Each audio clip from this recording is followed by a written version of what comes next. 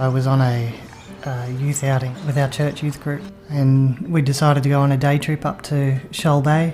After lunch, a few of us went for a walk up the beach there's a large jetty there that comes out into the bay.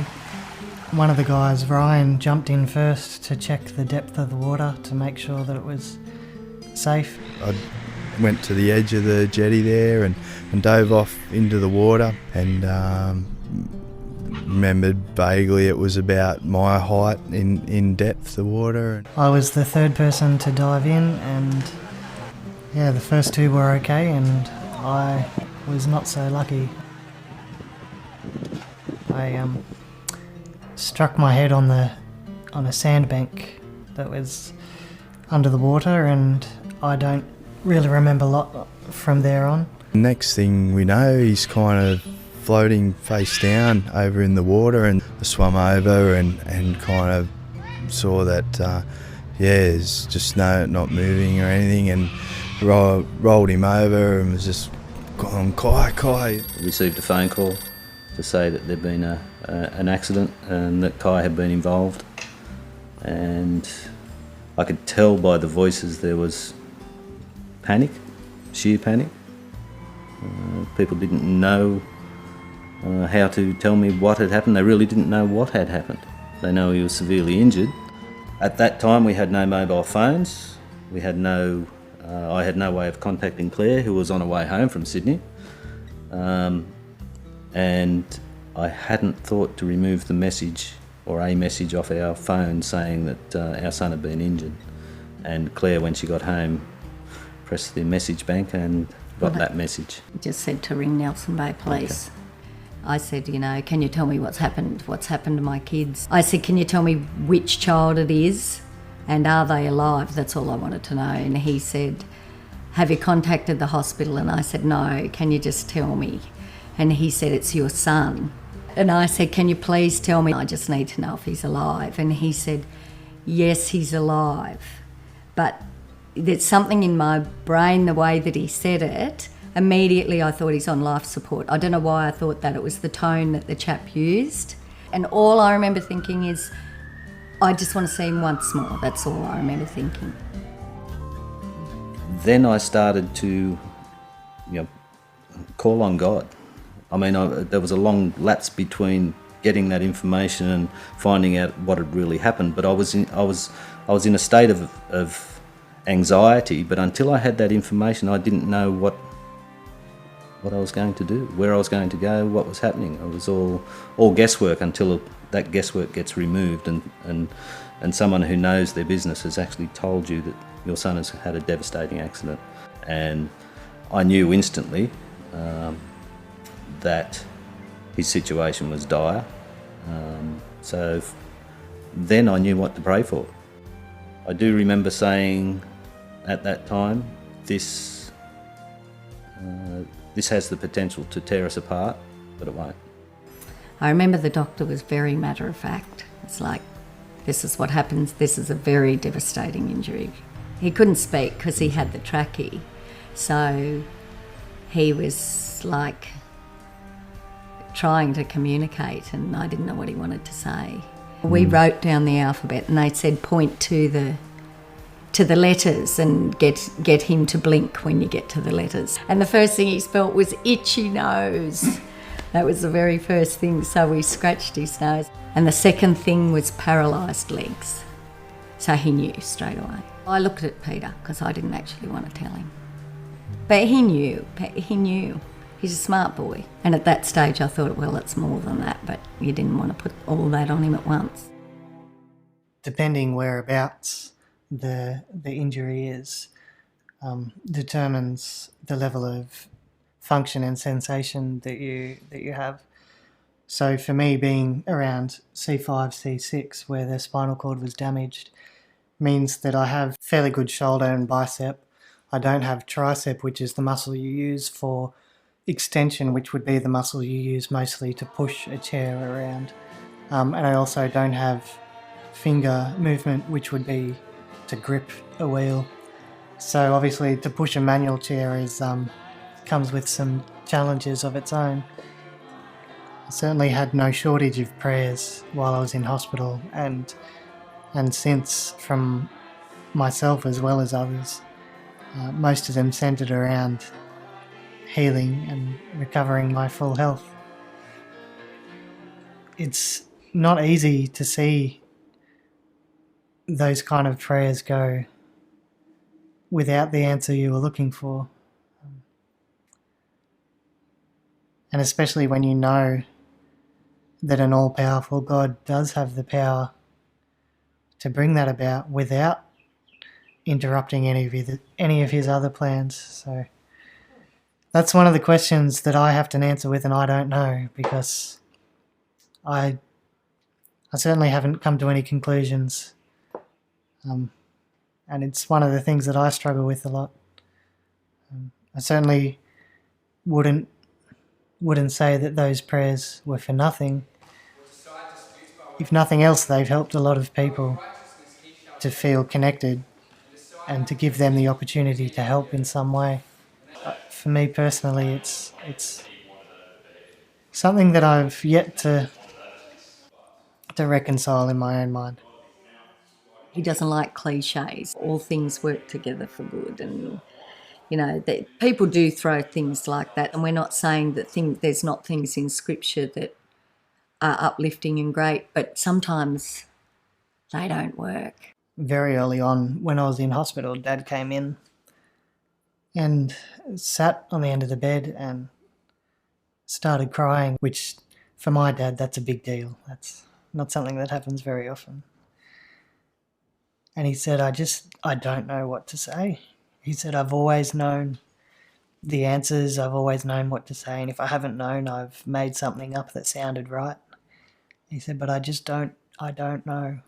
And that was more helpful to me than a lot of other things that people had said, because it put someone on the level that I was, that, I had no idea what was going on, and just to know that somebody else was on the same level and that I wasn't there by myself was very comforting. Claire's brother just gave me a big bear hug. Didn't say anything. Didn't have to say, he cried. That's all he could do. And that was more than enough support for me, because there were no words. Nothing needed to be said. Part of the healing process of a family, and I'm including the wider Christadelphian family that we belong to, is allowing people to be part of your life, letting them in and saying, it's okay, this is what's happening to us, and just saying, you're invited in to share that pain. We're not hiding anything from you,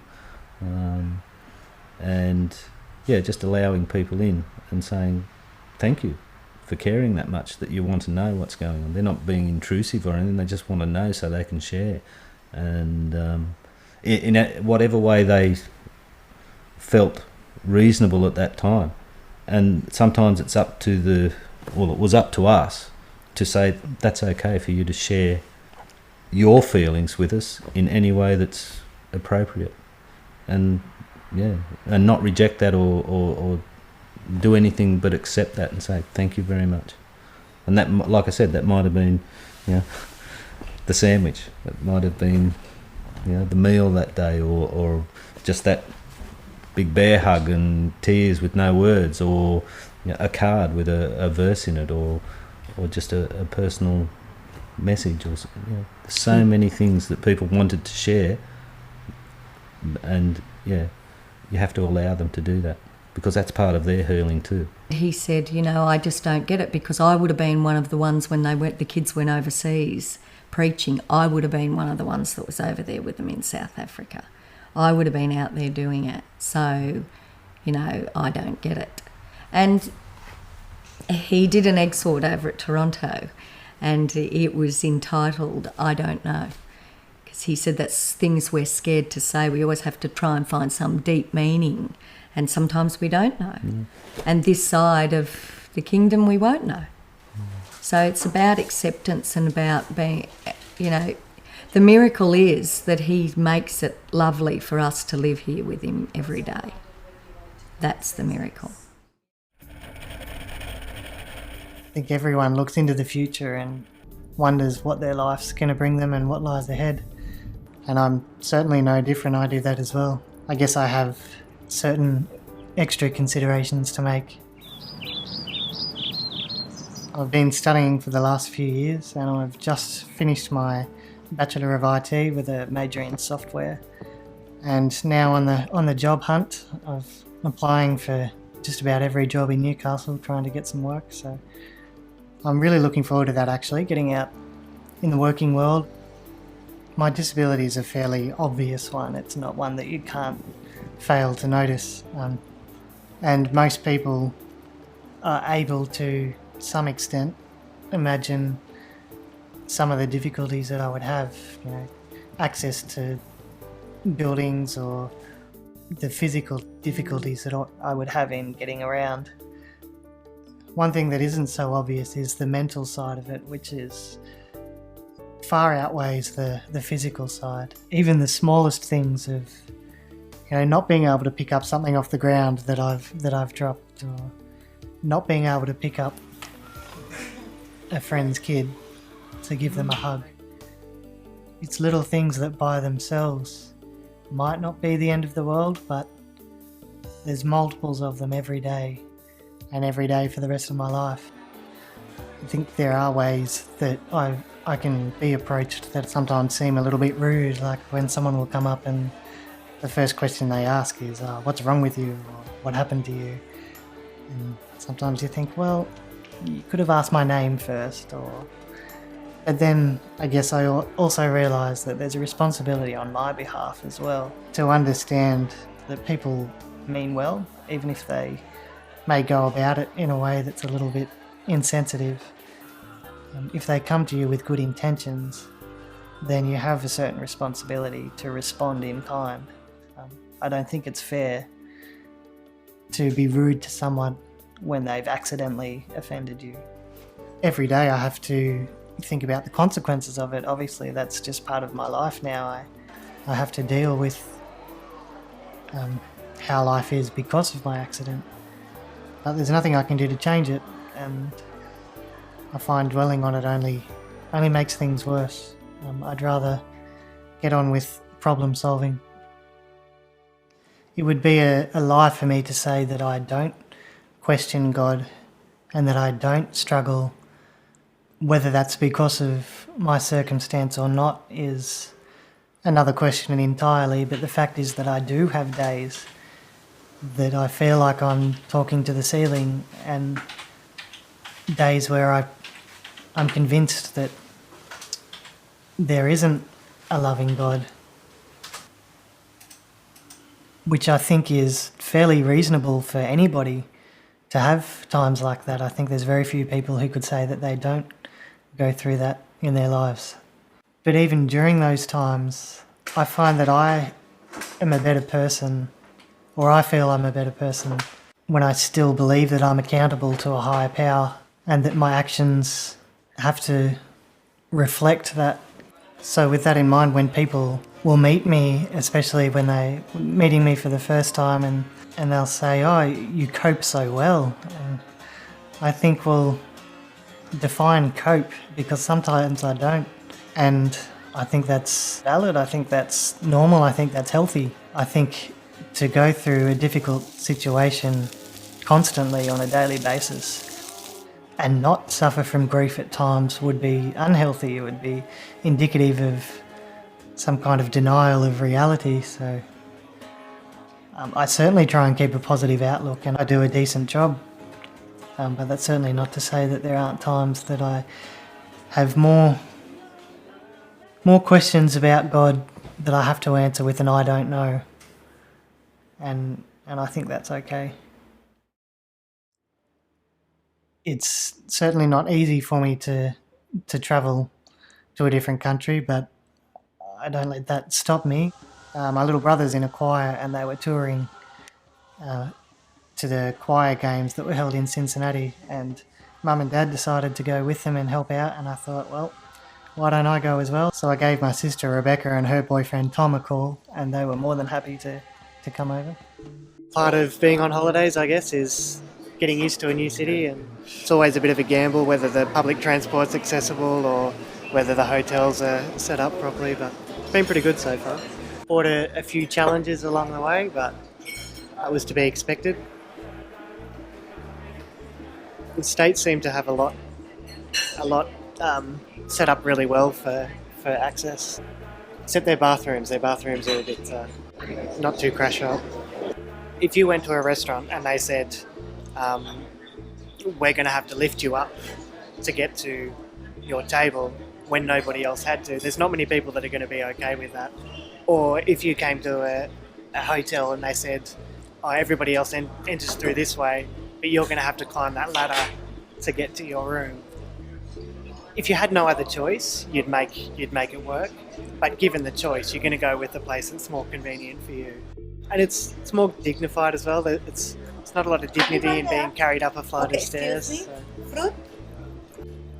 There's some pretty well-known cliches that you hear. People will say, everything happens for a reason, or that God has a plan for this, or that God is just teaching you some lesson, which these may all be true, but they're not very helpful at the time, especially from the point of view of the person in the situation.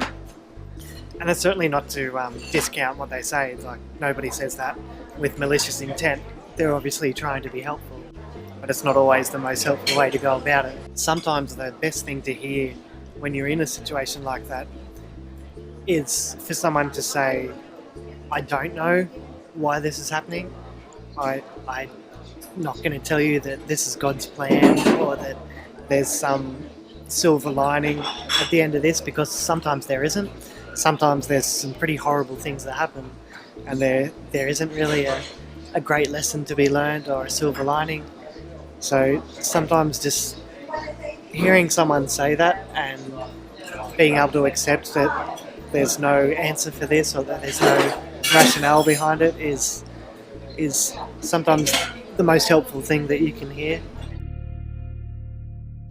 So we're in a Bible class with a group of other people who had some pretty tough things happen in their lives, varying things from friends and family lost to personal circumstances or accidents like myself.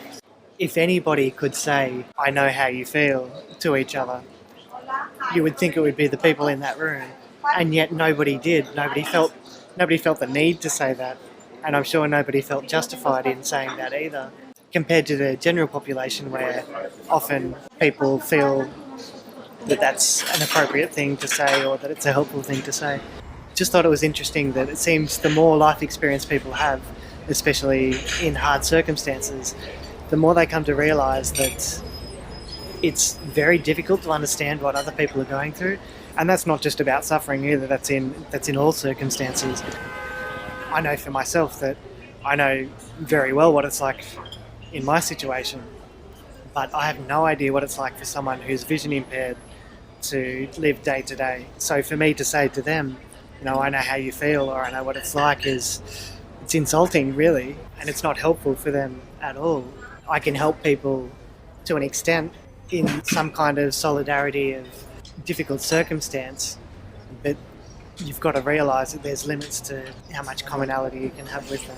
And I think that's important, that just knowing that there are things about their circumstance that you don't know, and vice versa, it's a really important step, and it really opens you to help in more practical ways and to be more helpful overall.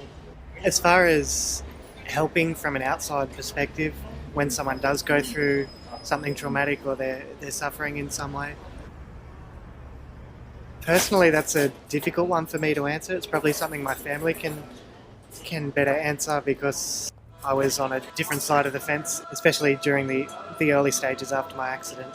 I know they had a lot of support, and I know they were very appreciative of the support, as I was as well. The things that stand out for my family from what I've heard are the practical help, the offering of places to stay, bringing of food because it's an exhausting time. Like you're up from dawn till dusk and up all through the night staying by the bed. So just the small practical things like bringing a a magazine with crosswords to fill out or something, just to...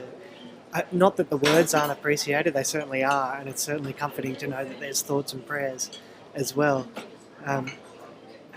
But often it is the simple day-to-day practical things that really make a difference.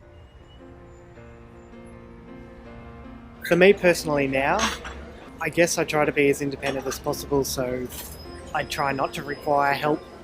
If people are to come up and offer help, I'm always appreciative. I never think that it's unwelcome or anything.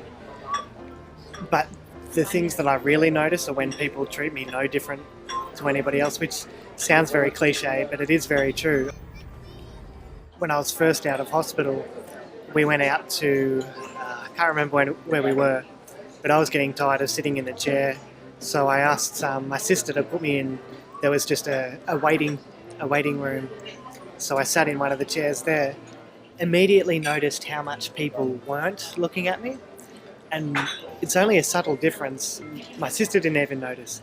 But to me, I noticed that there was such a big difference between when I was sitting in the wheelchair to when I was just sitting in the chair that was on the side there. Just seeing the difference, the subtle differences in the way people approach and talk and even look at you as they go past.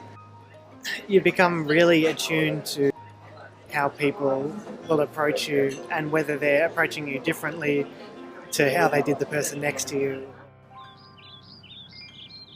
So there seems to be a perception amongst people, and it's not just the Christian community, it's people as in general, that the suffering is good for you. And in some senses, there are some benefits that come from going through difficult circumstances. You can develop patience, you can develop perseverance, and suffering is not a unique thing to anybody. Everybody goes to it at some stage, but there's not a linear relationship to the amount of suffering and the lessons learned. I think sometimes there's a perception that people who suffer greatly, in some sense, are being blessed with some great lesson or some great character building exercise, and of course there's a lot of good in seeing the silver lining like that. But, and I don't mean this to sound malicious or to sound judgmental at all, but a lot of the time that perception comes from people who haven't experienced particularly difficult suffering. One of the things that I've learned is a new perspective of God's character, and that there was some tough lessons to learn from a perception that I had of God and who He was and how He worked, and how that wasn't quite measuring up with what was happening in the real world. So there was a few points where I had to develop a new concept of God, and one of those was learning that God didn't actually do this to me. God didn't cause circumstance, I believe anyway, to put me in this situation. I tried to reconcile that. I tried to stick with the belief that God has His hand in every single circumstance and that He causes everything to happen. But I just couldn't reconcile my perception of a loving father figure type of God with a God that would cause these kind of things to happen to people. Something I get asked quite often is, why do you think this happened to you? And my answer to that is, I don't know. And that's an answer that I'm really comfortable with, because it doesn't require me to build some spiritual rule set that God works by. It doesn't require me to understand how God works in this particular circumstance. I'm quite happy to say that I don't know. And in a sense, I think that's the wrong question to be asking. There's much bigger questions that I should be asking now rather than what led to my current circumstance. While I don't think God directly caused my accident, I certainly think He uses circumstances that surround us. So I like to think that God was just as upset and just as heartbroken as my family was about my accident. But in the same way that my family has made the best of it, I think God is doing the same thing and helping me to develop and using whatever He can to create that silver lining, even though it wasn't a thought out process that, well, I'll make this happen and then we'll have this outcome. It's, I'm devastated that this has happened to you, but let's do what we can to help you and help the people around you be better people.